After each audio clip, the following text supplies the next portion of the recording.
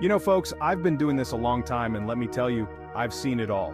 One thing that always gets my attention is when someone thinks they've got it made because their spouse is low maintenance. Now, on the surface, that might sound pretty good. Who wouldn't want a partner who doesn't need a lot of attention, right?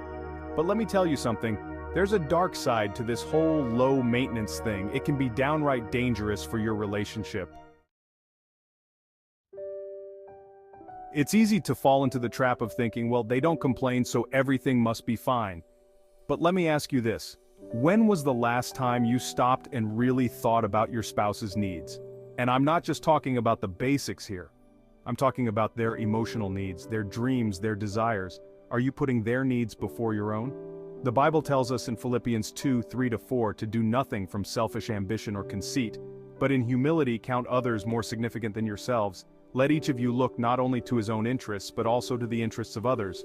And remember Mark 10:44-45, whoever would be great among you must be your servant, and whoever would be first among you must be slave of all.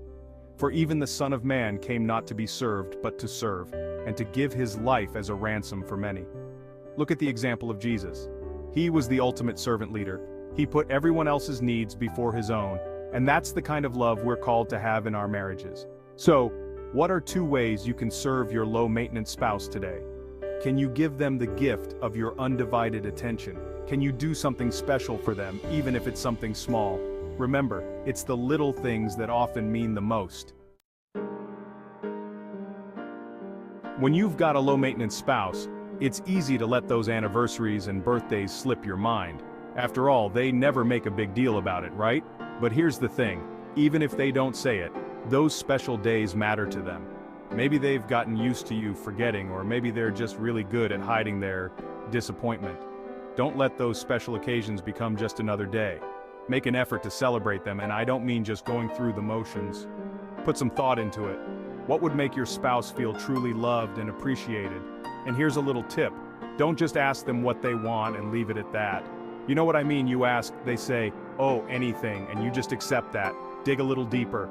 Use your head, for crying out loud. Think about what they really enjoy. What would make them feel special?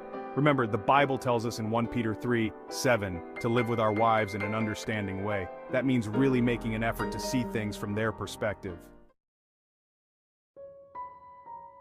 Chapter 3. Taking credit for a good marriage. Now, this next one is a real danger zone. Starting to think that your marriage is great because of you. You might look around and see other couples struggling and you think, well, at least we don't have those problems. You might even start feeling a little smug about it, but let me tell you something. Pride comes before the fall. The Bible is very clear about this in James chapter 4, verse 6. God opposes the proud but gives grace to the humble. When we start thinking we've got it all figured out, that's when we're in the most danger of messing things up. Remember John the Baptist? He was a great man, but he knew his place. He said of Jesus, "He must increase, but I must decrease." That's the attitude we need to have in our marriages. It's not about us. It's about putting our spouse first, even when it's hard. Chapter 4. Forgetting to cherish. When you've been with someone for a long time, it's easy to start taking them for granted. You get so used to them being there that you forget to appreciate them. You forget to cherish them. I want you to think back to when you first met your spouse. Remember how excited you were to see them? Remember how you couldn't wait to spend time with them? Somewhere along the way, life gets in the way, and we lose that spark. But here's the good news. You can get it back. It takes effort, but it's worth it. Start by doing small things to show your spouse you care. Tell them how much you appreciate them. Make an effort to really listen to them. And for crying out loud, put down your phone and spend some quality time together. There are some great books out there that can help you with this.